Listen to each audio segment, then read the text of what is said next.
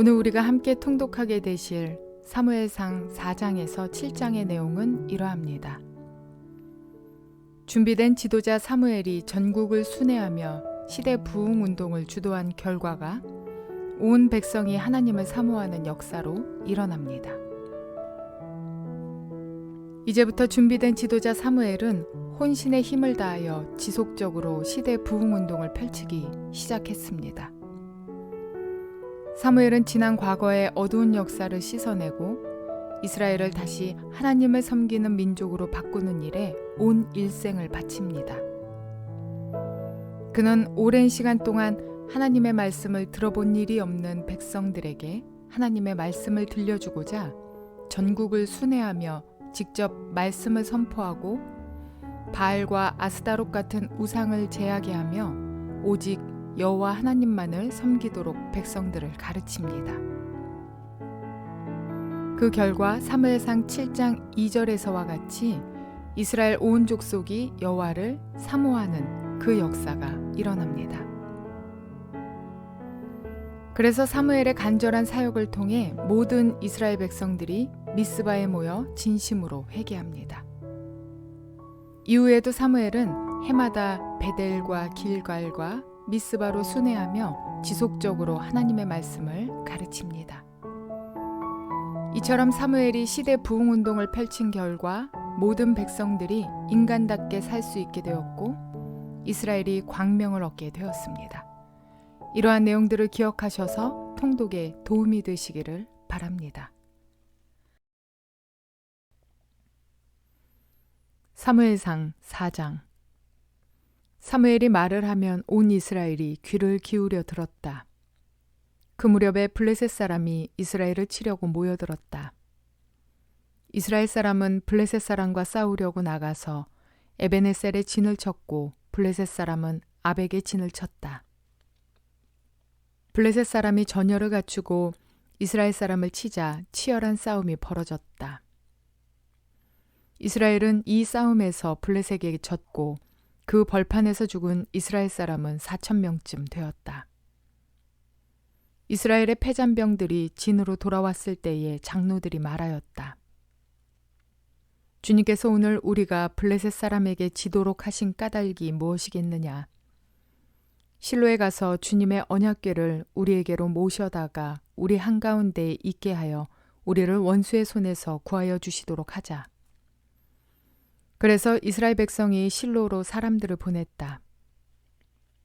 그들이 거기 그룹들 사이에 앉아 계시는 만군의 주님의 언약궤를 메고 왔다.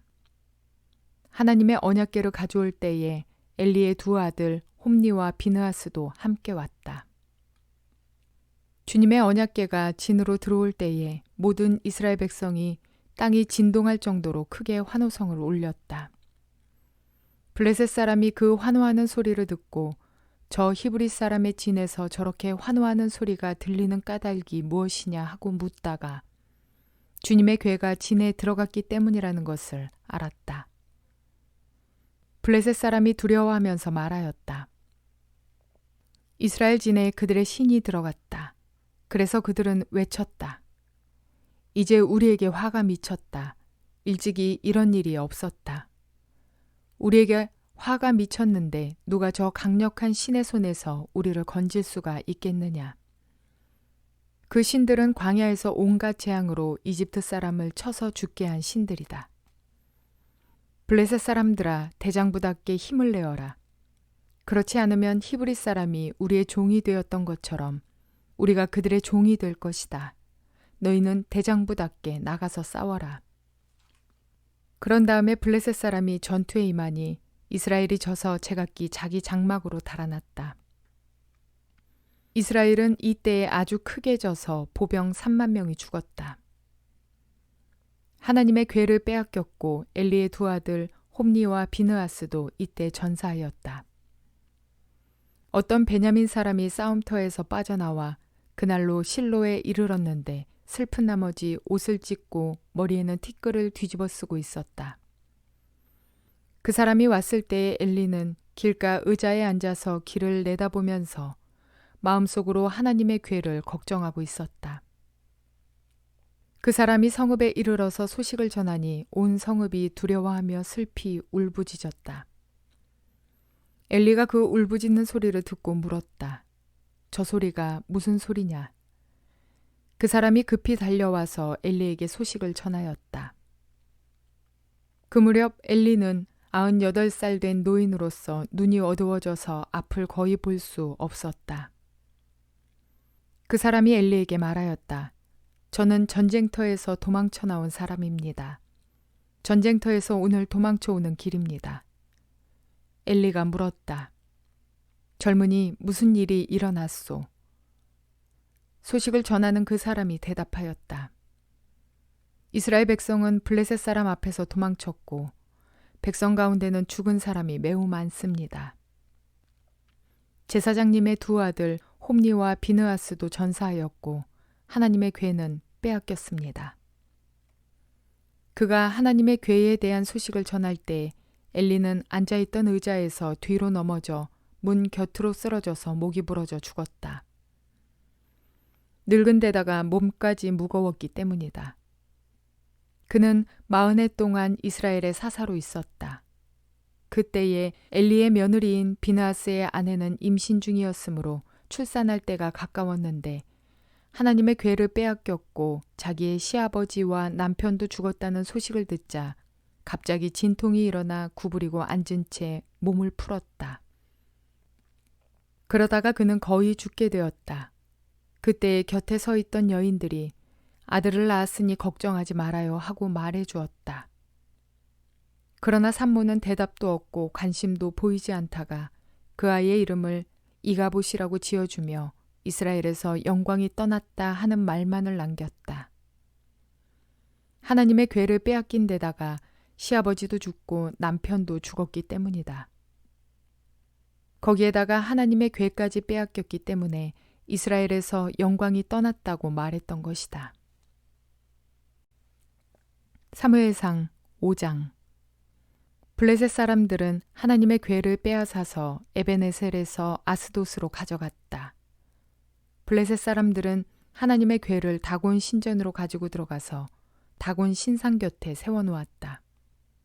그 다음 날 아스돗 사람들이 아침에 일찍 일어나서 보니 다곤이 주님의 궤 앞에 엎어져 땅바닥에 얼굴을 받고 있었다. 그들은 다곤을 들어서 세운 다음에 제자리에 다시 가져다 놓았다. 그 다음 날도 그들이 아침 일찍 일어나서 가보니 다곤이 또 주님의 궤 앞에 엎어져서 땅바닥에 얼굴을 받고 있었다. 다곤의 머리와 두 팔목이 부러져서 문지방 위에 나뒹굴었고 다곤은 몸통만 남아 있었다. 그래서 오늘날까지도 다곤의 제사장들과 다곤 신전에서 예배하는 사람들은 아스돗에 있는 다곤 신전에 들어갈 때에 문지방 위를 밟지 않고 넘어서 들어간다. 주님께서 아스돗 사람들을 무섭게 내리치셨다. 주님께서 그들에게 악성 종양 재앙을 내리셔서 아스돗과 그 지역 사람들을 망하게 하셨다. 아스돗 사람들이 이것을 보고 이스라엘의 신이 우리와 우리의 신 다곤을 무섭게 내리치니 그 신의 궤를 우리가 있는 곳에 두어서는 안 되겠다 하고 말하면서 사람을 보내어 블레셋 통치자들을 모두 불러 모아놓고 이스라엘 신의 궤를 어떻게 해야 좋을지를 물었다. 블레셋 통치자들이 이스라엘 신의 궤를 가드로 옮기자고 하였으므로 아스돗 사람들은 이스라엘 신의 궤를 가드로 옮겼다. 아스돗 사람들이 그 궤를 가드로 옮긴 뒤에 주님께서 또 그 성읍을 내리쳐서 사람들이 큰 혼란에 빠졌다. 주님께서 그 성읍의 사람들을 어린아이나 노인이나 할 것 없이 모두 쳐서 악성 종양이 생기게 하셨다. 그러자 그들이 하나님의 궤를 에그론으로 보냈다. 그러나 하나님의 궤가 에그론에 이르렀을 때에 에그론 주민들은 아스돗 사람들이 이스라엘 신의 궤를 우리에게로 가져와서 우리와 우리 백성을 죽이려고 한다 하면서 울부짖었다. 그래서 그들은 또 사람들을 보내어 블레셋 통치자들을 모두 불러 모아놓고 이스라엘 신의 궤를 돌려보내어 그 있던 자리로 돌아가게 하고 우리와 우리 백성이 죽지 않게 해주시오 하고 요청하였다. 하나님이 거기에서 그들을 그렇게 무섭게 내리치셨기 때문에 온 성읍 사람들이 죽을 지경에 이르러 큰 혼란에 빠졌다. 죽지 않은 사람들은 악성 종양이 생겨서 온 성읍에서 비명소리가 하늘에 사무쳤다. 사무엘상 6장. 주님의 괴가 블레셋 사람의 지역에 머무른 지 7달이 되었을 때의 일이다. 블레셋 사람들이 제사장들과 점장이들을 불러놓고 물었다. 우리가 이스라엘 신의 괴를 어떻게 해야 좋겠습니까? 우리가 그것을 어떤 방법으로 제자리에 돌려보내야 하는지 알려주십시오. 그들이 대답하였다. 이스라엘 신의 괴를 돌려보낼 때 그냥 보내서는 안 됩니다. 반드시 그 신에게 속건제물을 바쳐야 합니다.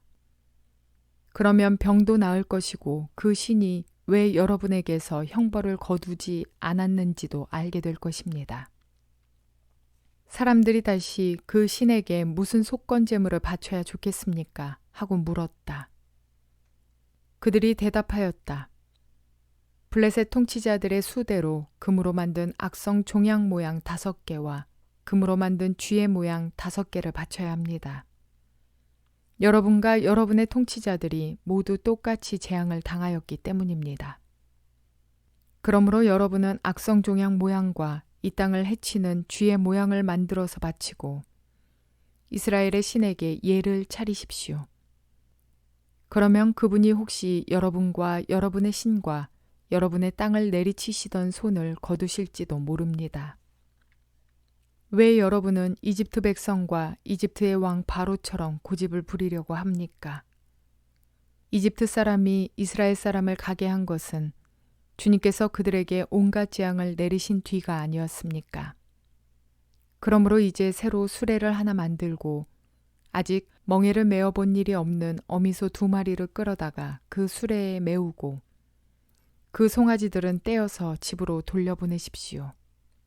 그런 다음에 주님의 궤를 가져다가 그 수레에 싣고 여러분이 궤를 가져온 허물을 벗으려면 속건제물로 보내는 금으로 만든 물건들은 작은 상자에 모두 담아 궤 곁에 두고 그 소 2마리가 가고 싶은 대로 수레를 끌고 가도록 하십시오. 두고 보다가 그 소가 그 궤가 본래 있던 지역인 벳세메스로 올라가면 이렇게 큰 재앙은 그분이 직접 우리에게 내린 것입니다. 그러나 소가 다른 곳으로 가면 그것은 그분이 우리를 친 것이 아니라 우리가 우연히 그런 재앙을 당한 것임을 알 수 있습니다. 그래서 사람들은 시키는 대로 새끼에게 젖을 빨리는 암소 2마리를 끌어다가 수레를 메우고 그 송아지들은 우리에 가두었다. 수레에는 주님의 궤를 싣고 금쥐와 그들의 악성 종양 모양을 본떠서 만든 물건들도 상자에 담아 실었다. 그 암소들은 벳세메스 쪽으로 가는 길로 곧장 걸어갔다. 그 소들은 큰 길에서 오른쪽으로나 왼쪽으로나 벗어나지 않고 울음소리를 내면서 똑바로 길만 따라서 갔고 그 뒤로 블레셋 통치자들이 벳세메스의 경계까지 따라서 갔다. 그때의 벳세메스 사람들은 들에서 밀을 베고 있다가 고개를 들어 궤를 보고는 기뻐하였다. 수레는 벳세메스 사람 여호수아의 밭에 와서 멈추었는데 그곳에는 큰 바위가 있었다. 그들은 나무 수레를 쪼개어 장작으로 삼고 그 소들을 번제물로 살라서 주님께 바쳤다. 레위 사람들이 수레에서 주님의 궤와 그 곁에 있는 금으로 만든 물건들이 든 상자를 내려다가 그 큰 바위 위에 올려놓았다. 그날 벳세메스 사람들은 주님께 번제물을 바치고 다른 제물도 바쳤다. 블레셋의 5 통치자들도 이것을 다 보고 나서 그날로 에그론으로 돌아갔다. 블레셋 사람들이 주님께 속건제물로 바친 악성 종양 모양의 금덩이들은 아스돈 몫으로 하나, 가사 몫으로 하나, 아스글론 몫으로 하나, 가드 몫으로 하나, 에그론 몫으로 하나였다. 금 쥐도 바쳤는데 그 수는 요새와던 성읍과 성곽이 없는 마을 곧 5 통치자가 다스리는 블레셋의 모든 성읍의 수와 같았다. 사람들이 주님의 궤를 올려놓았던 그 큰 바위 곧 벳세메스 사람 여호수아의 밭에 있던 그 큰 바위는 오늘날까지도 거기에 그대로 있다. 그때의 벳세메스 사람들이 주님의 궤 속을 들여다보았기 때문에 주님께서는 그 백성 가운데서 5만 70명이나 쳐서 죽이셨다. 주님께서 그 백성을 그렇게 크게 치셨기 때문에 그들은 슬피 울었다. 베세메스 사람들이 말하였다. 이렇게 거룩하신 주 하나님을 누가 감히 모실 수 있겠는가? 이 괴를 어디로 보내어 우리에게서 떠나가게 할까? 그들은 기럇 여아림 주민들에게 전령을 보내어 블레셋 사람들이 주님의 괴를 돌려보냈으니 내려와서 가지고 가라고 하였다. 사무엘상 7장. 기럇 여아림 사람들이 와서 주님의 괴를 옮겨 언덕 위에 있는 아비나답의 집에 들여놓고 그의 아들 엘르아사를 거룩히 구별해 세워서 주님의 궤를 지키게 하였다.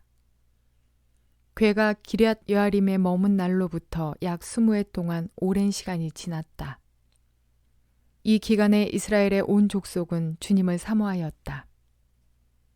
사무엘이 이스라엘 온 족속에게 말하였다. 여러분이 온전한 마음으로 주님께 돌아오려거든 이방의 신들과 아스다롯 여신상들을 없애버리고 주님께만 마음을 두고 그분만을 섬기십시오. 그러면 주님께서 여러분을 블레셋 사람의 손에서 건져주실 것입니다. 이 말을 듣고 이스라엘 자손이 바알과 아스다롯 신상들을 없애버리고 주님만을 섬겼다. 그때 사무엘이 이스라엘 사람들을 모두 미스바로 모이게 하였다. 그들의 죄를 용서하여 달라고 주님께 기도를 드리려는 것이었다. 그들은 미스바에 모여서 물을 길어다가 그것을 제물로 삼아 주님 앞에 쏟아붓고 그날 종일 금식하였다. 그리고 거기에서 우리가 주님을 거역하여 죄를 지었습니다 하고 고백하였다. 미스바는 사무엘이 이스라엘 자손 사이의 다툼을 중재하던 곳이다. 이스라엘 자손이 미스바에 모였다는 소식이 블레셋 사람에게 들어가니 블레셋 통치자들이 이스라엘을 치려고 올라왔다. 이스라엘 자손은 그 소식을 듣고 블레셋 사람들을 두려워하였다. 그들이 사무엘에게 가서 주 우리의 하나님이 우리를 블레셋 사람의 손에서 건져내 주시도록 쉬지 말고 기도하여 주시기 바랍니다 하고 간청하였다. 사무엘이 젖먹는 어린 양을 한 마리 가져다가 주님께 온전한 번제물로 바치고 이스라엘을 구원하여 달라고 주님께 부르짖으니 주님께서 그의 기도를 들어주셨다. 사무엘이 번제를 드리고 있을 때 블레셋 사람이 이스라엘과 싸우려고 다가왔다. 그러나 그때 주님께서 큰 천둥 소리를 일으켜 블레셋 사람을 당황하게 하셨으므로 그들이 이스라엘에게 패하였다. 이스라엘 사람이 미스바에서 나와서 블레셋 사람을 뱃갈 아래까지 뒤쫓으면서 무찔렀다. 사무엘이 돌을 하나 가져다가 미스바와 센 사이에 놓고 우리가 여기에 이르기까지 주님께서 우리를 도와주셨다 하고 말하면서 그 돌의 이름을 에베네셀이라고 지었다. 그래서 블레셋 사람들이 무릎을 꿇고 다시는 이스라엘 지역으로 들어오지 않았다.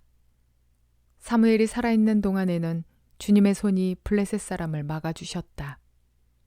블레셋 사람이 이스라엘에게서 빼앗아간 성읍들 곧 에그론과 가드 사이에 있는 성읍들도 이스라엘에 되돌아왔으며 성읍에 딸린 지역도 이스라엘이 블레셋 사람의 손에서 되찾았다.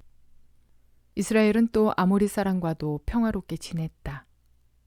사무엘은 살아있는 동안 이스라엘을 다스렸다. 그는 해마다 베델과 길갈과 미스바 지역을 돌면서 그 모든 곳에서 이스라엘 사람 사이에 분쟁을 중재하였다. 그리고는 자기 집이 있는 라마로 돌아가서 거기에서도 이스라엘의 사사로 활동하였다. 그는 라마에 주님의 제단을 쌓았다.